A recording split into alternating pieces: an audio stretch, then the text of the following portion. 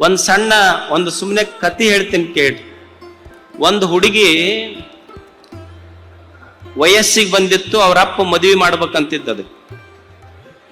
ಮದುವೆ ಮಾಡ್ಕೊಳ್ಳುವಾಗ ಅವ್ರ ಅಪ್ಪ ಹೇಳದ್ನಂತ ಹುಡುಗಿಗೆ, ನೋಡವ ಮತ್ ನಿನಗೆ ವರ ನೋಡಕತ್ತೀವಿ, ಅಲ್ಲಿ ನಮಗ್ ಗೊತ್ತಿಲ್ಲಾರ ಮಂದಿಗೆ ಏನು ಹುಡುಕುದು, ನಮ್ಮ ಓಣ್ಯಾಗ ಮತ್ ನಮಗ್ ಗೊತ್ತಿದ್ದ ಹುಡುಗ ಕಲ್ಲು ಹೊಡಿತಾನ, ಕಲ್ಲು ಹೊಡಿಯು ಹುಡುಗನ ಮದುವೆ ಆಗುವ ಅಂತ. ಅವಾಗ ಹುಡುಗಂತೂ ನಾ ಕಲ್ಲು ಹೊಡೆ ಹುಡುಗ ಮಾತ್ರ ಮದುವೆ ಆಗೋದಿಲ್ಲ ಅನ್ಲಕ್ಕೆ. ನಾ ಮದುವೆ ಆಗೋದಾದ್ರೆ ಅವ ಭಾರಿ ಶಕ್ತಿವಂತರಿರ್ಬೇಕು, ಅಂತವನ್ ಮದುವೆ ಆಗ್ತೇನೆ.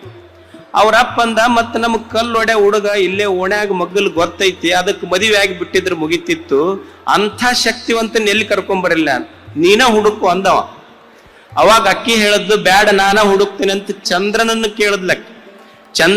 ಚಂದಮಾಮ ನೀ ಬಾಳ್ ಚಂದ ಕಾಣ್ತೀನಿ, ನಿನಗ್ ಮದುವೆ ಆಗ್ತೀನಿ. ಅವ ಚಂದ್ರಂದ, ನೋಡವ ನಮಗೇನ್ ನೋಡಕ್ಕಷ್ಟ ಚಂದ, ನಾವು ಅದು ಸ್ವಂತ ಬೆಳಕಿಲ್ಲ, ಸೂರ್ಯನ ಬೆಳಕು ಬಿದ್ದ ಮೇಲೆ ನಮಗ್ ಬೆಳಕು ಬರ್ತೈತಿ ಅಷ್ಟೇ, ನಮ್ ಬೇಡ, ನೀ ಮದುವೆ ಆಗದಿದ್ರೆ ಸೂರ್ಯಾಗ ಮದುವೆ ಆಗ. ಅವ ಸೂರ್ಯನಿಗೆ ಕೇಳದ್ಲಕ್ಕಿ. ಅವ ಸೂರ್ಯ ಅಂದ, 15 ಲಕ್ಷ ಕಿಲೋಮೀಟರ್ ದೂರ ಇದ್ದಿದ್ದಕ್ಕೆ 50 ಬಿಟ್ಟು 56 ಅಲ್ಲೇ ಹೋಕ್ಕವು, ಆ ತಾಪಕ್ಕ ನೀ ನನ್ನ ಮದುವೆ ಆಗ್ತೀವ, ಬೇಡ. ಮತ್ತ ಅಷ್ಟೇ ಅಲ್ಲ, ನಾವ್ ಎಷ್ಟೇ ಪ್ರಖರತೆ ಬೆಳಕಿದ್ರು ಒಂದು ಮೋಡ ಅಡ್ಡ ಬಂತು ಅಂದ್ರ ನಾವು ಕಾಣೋದೇ ಇಲ್ಲ. ನಮಗಿಂತ ಶಕ್ತಿಶಾಲಿ ಅಂದ್ರ ವರುಣದೇವ, ಮೇಘ ಐತೆಲ್ಲ, ಅವನ ಮದುವೆ ಆಗ ನೀನು. ಆ ಹುಡುಗಿ ಆ ಮೇಘದೂತನ ಹತ್ರ ಹೋತ್. ಮೇಘದೇವನಿಗೆ ಕೇಳಿ, ಅಲ್ಲ ನಿನಗ ಮದುವೆ ಆಗ್ಬೇಕಂತ ಮಾಡೀನಿ. ಅವಾಗ ಮೇಘದೂತ ಹೇಳ್ದ, ಮೇಘದೇವ ನಮ್ದೇನ್ ಬೇಡವ, ನಮ್ದೇನ್ ಶಕ್ತಿವಂತರ ನಾವು ಅಲ್ಲ, ಒಂದ್ ದೊಡ್ಡ ಕಲ್ಲಿನ ಗುಡ್ಡ ಹಿಂಗ್ ನಿಂತು ಅಂದ್ರ ಮೋಡಗಳ ನಾವ್ ಎಷ್ಟೇ ಫೋರ್ಸ್ ಆಗಿ ಹೋಗ್ಲಿ, ಆ ಕಲ್ಲಿನ ಗುಡ್ಡ ನಮಗ್ ಹಿಡ್ಕೊಂತು ಅಂತಂದ್ರ ಮುಗಿತ್, ನಾವ್ ಮುಂದಕ್ಕ ಹೋಗಕ್ ಬರೋದಿಲ್ಲ, ನೀ ಮದುವೆ ಆಗದಿದ್ರ ಕಲ್ಲಿನ ಗುಡ್ಡಕ್ಕಾಗಂತ.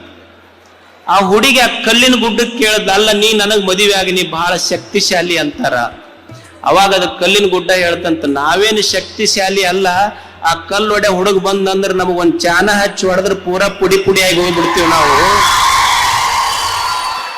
ನೀ ಮದುವೆ ಆಗದಿದ್ರೆ ನಿಮ್ಮ ಓಣ್ಯಾನ ಕಲ್ಲೊಡೆ ಹುಡುಗಾಗ ಅಷ್ಟೇ, ನೀ ಏನ್ ಆಕಾಶದ ಕಡೆ ನೋಡಬೇಡ ಅಂತ. ಅಂದ್ರೆ ಯಾರೂ ಸಣ್ಣವರಿಲ್ಲ, ಎಲ್ಲರೂ ದೊಡ್ಡವರು ಈ ಜಗತ್ತಿನಲ್ಲಿ ಅಷ್ಟೆ. ಅದಕ್ಕೆ ಒಬ್ಬ ಗುರು ಒಬ್ಬ ಶಿಷ್ಯನಲ್ಲಿ ಅರುವನ್ನ, ವಿಚಾರವನ್ನ, ಜಾಗೃತಿಯನ್ನ ಮೂಡಿಸುವವನು ನಿಜವಾದ ಗುರು ಆಗ್ತಾನೆ.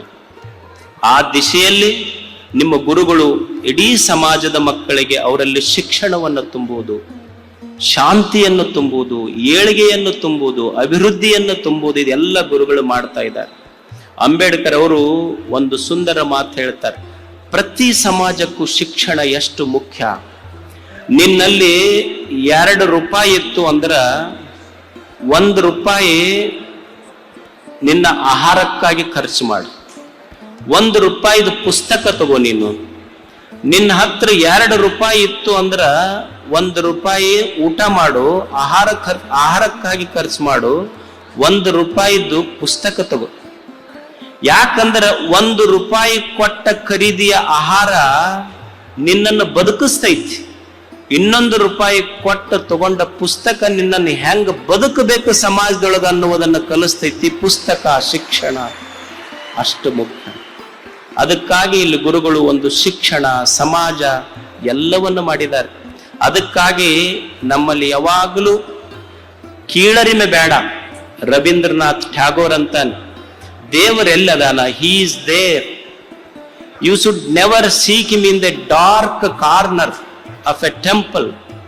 ದೇವರನ್ನ ಗತ್ತಲೆಯ ಗರ್ಭಗುಡಿಯಲ್ಲಿ ದೇವರನ್ನ ಹುಡುಕಬೇಡ ಮನುಷ್ಯನೇ. ಓಪನ್ ದ ಐಸ್, ನಿನ್ನನ್ನು ಕಣ್ಣು ತೆಗೆದು ನೋಡು ಒಂದು ಕ್ಷಣ. ದೇವರು ಕೇವಲ ಗರ್ಭಗುಡಿಗಳಲ್ಲಿಲ್ಲ, he is there where the tiller is tilling the hard grounds, where the path maker is breaking the hard stones, he is with them in sun and in shower.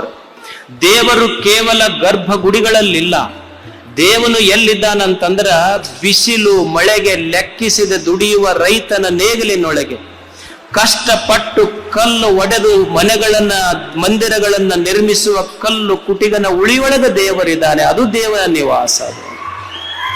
He is there with them in sun and in shower. ದೇವನು ಎಲ್ಲದರಲ್ಲಿದ್ದಾನೆ. ಅಂಥ ದಿವ್ಯತೆಯನ್ನ ನಿಮ್ಮೆಲ್ಲರ ಅಂತರಂಗದಲ್ಲಿ ತುಂಬಲಿಕ್ಕೆ ಪೂಜ್ಯ ಗುರುಗಳು ಇದೊಂದು ದೊಡ್ಡ ಕೆಲಸವನ್ನ ಇಲ್ಲಿ ಮಾಡ್ತಾ ಇದ್ದಾರೆ. ಇದೇ ದೇವ ಪೂಜೆ, ಬಸವಾದಿ ಶರಣರು ಕಲಿಸಿದ ದೇವ ಪೂಜೆ ಅಂದ್ರೆ ಸಮಾಜವನ್ನ ಮೇಲೆತ್ತುವ ಕಾರ್ಯವೇ ದೀನ ದಲಿತನಿಗೆ, ಬಡವ ಬಲ್ಲಿದನಿಗೆ ಅವನಿಗೆ ಅನ್ನ, ಅಕ್ಷರ, ಅರಿವು, ಆಶ್ರಯ, ಆರೋಗ್ಯ, ಆಧ್ಯಾತ್ಮ ದಾಸೋಹಗಳನ್ನು ಕೊಡುವುದರ ಮುಖಾಂತರ ಅವನನ್ನು ಮೇಲೆತ್ತುವುದೇ ನಿಜವಾದ ಪೂಜೆ.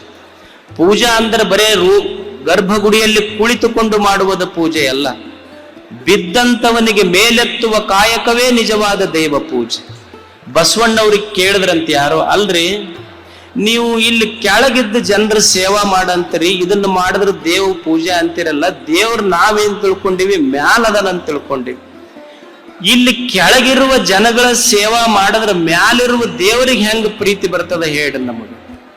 ಜನ ಕೆಳಗದರ, ಇವ್ರ ಸೇವಾ ಮಾಡಿದ್ರೆ ಮ್ಯಾಲಿರುವ ದೇವರಿಗೆ ಹೆಂಗ ಪ್ರೀತಿ ಬರ್ತದೆ. ಅವಾಗ ಬಸವಣ್ಣವ್ರಂತಾರ, ನೋಡ್ರಪ್ಪ, ಈಗ ಒಂದು ತೆಂಗಿನ ಗಿಡ ಐತಿ, ಒಂದು ತೆಂಗಿನ ಗಿಡಕ್ಕ ತೆಂಗಿನ ಕಾಯಿಯೊಳಗೆ ನೀವು ಮ್ಯಾಲ್ ಹೋಗಿ ಯಾರು ಸಕ್ರಿ ನೀರು ಅದಕ್ಕೆ ತುಂಬಿಲ್ಲ, ಯಾರು ಸಕ್ರೆ ನೀರು ತುಂಬಿಲ್ಲ, ನೀರು ಹಾಕಿದ್ದು ಬೇರಿಗೆ ಹಾಕಿರಿ.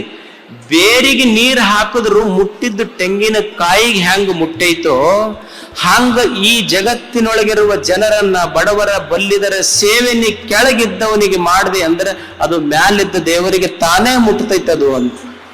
ಮರದ ಬಾಯಿ ಬೇರೆಂದು ತಳಕೆ ನೀರೆರೆದರೆ ಮೇಲೆ ಫಲ್ಲವಿಸಿತ್ತು ನೋಡ, ಅದು ನಿಜವಾದ ಸೇವೆ. ಅಂಥ ಒಂದು ಸಂಕಲ್ಪವನ್ನು ಹೊತ್ಕೊಂಡು ಇಷ್ಟೆಲ್ಲ ಹಿರಿಯರನ್ನು ಕಟ್ಕೊಂಡು ಸಮಾಜವನ್ನು ಕಟ್ಕೊಂಡು 25 ವರ್ಷಗಳ ನಿರಂತರವಾದ ತಮ್ಮ ಸೇವೆಯನ್ನ ಗುರುಗಳು ಮಾಡ್ತಾ ಇದ್ದಾರೆ. ಅವರಿಗೆ ತಾವೆಲ್ಲ ಬೆನ್ನೆಲುಬಾಗಿ ನಿಲ್ಲಬೇಕು. ಯಾಕಂದ್ರೆ ಒಬ್ಬ ಸನ್ಯಾಸಿಯಾಗಿ 25 ವರ್ಷಗಳ ದೀರ್ಘ ಪ್ರಯಾಣ ಮಾಡೋದು ಅಷ್ಟು ಸುಲಭದ ಮಾತಲ್ಲ. ನನಗೆ ಪಟ್ಟಾಧಿಕಾರ ಆಗಿ 1 ವರ್ಷ ಆಗಿತ್ತು.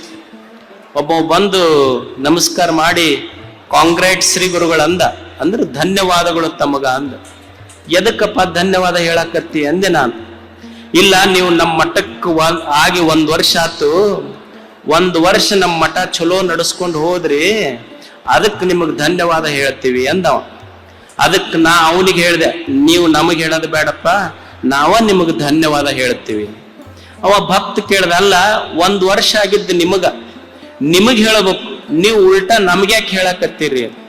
ಅಲ್ಲ, 1 ವರ್ಷ ಆಗಿದ್ದಕ್ಕ ನೀವು ನಮಗ್ ಹೇಳಿರಿ, 1 ವರ್ಷ ಸುಮ್ಮನೆ ಮಠದಾಗ ಇರಾಕ್ ಬಿಟ್ರಿ ಅಲ್ಲ, ಅದಕ್ಕೆ ನಿಮಗೆ ಹೇಳಕತ್ತೀವಿ ನಾವು ಅಂತ. ಬಿಡ್ಬೇಕಲ್ಲ ನೀವು ಸುಮ್ಮನೆ ನಮಗ. ಒಬ್ಬ ಸನ್ಯಾಸಿ, ಈಗ ನಿಮ್ಮ ಮನ್ಯಾಗ ಮಕ್ಕಳಿರ್ತಾರ, ಮಕ್ಕಳು ನಿಮ್ಮ ತೊಡಿ ಮೇಲೆ ಹೇಸಿಗೆ ಮಾಡ್ಕೊಂತಾರ, ಹೊಲಸು ಮಾಡ್ತಾರ. ನನ್ನ ಮಗ ಹೇಸಿಗೆ ಮಾಡ್ಯಾನಂತ ತಿಳ್ಕೊಂಡು ತೊಡಿ ಕೊಯ್ಕೊಂಡ ತಂದೆ ತಾಯಿ ಯಾರು ಭೂಮಿ ಮೇಲೆ ಇಲ್ಲ. ಆದ್ರೂ ಒಂದು ಸಮಾಜ ನಡೆಸುವಾಗ ಸಣ್ಣ ಪುಟ್ಟ ಹೆಚ್ಚು ಕಡಿಮೆ ಹೆಂಗ ನಿಮ್ಮ ಮಕ್ಕಳನ್ನ ಕ್ಷಮಾ ಮಾಡಿ ನೀವು ಮ್ಯಾಲೆ ಎತ್ಕೊಂತೀರಲ್ಲ, ಸ್ವಾಮಿಗಳು ಅಂದ್ರೆ ಸಮಾಜದ ಮಕ್ಕಳು, ನೀವು ಅವರನ್ನ ಮ್ಯಾಲೆ ಎತ್ಕೊಳ್ಳೋ ಗುಣ ಬೆಳೆಸಬೇಕಾಗ್ತದೆ, ಅವರನ್ನು ದೊಡ್ಡವರನ್ನಾಗಿ ಮಾಡಬೇಕಾಗ್ತದೆ.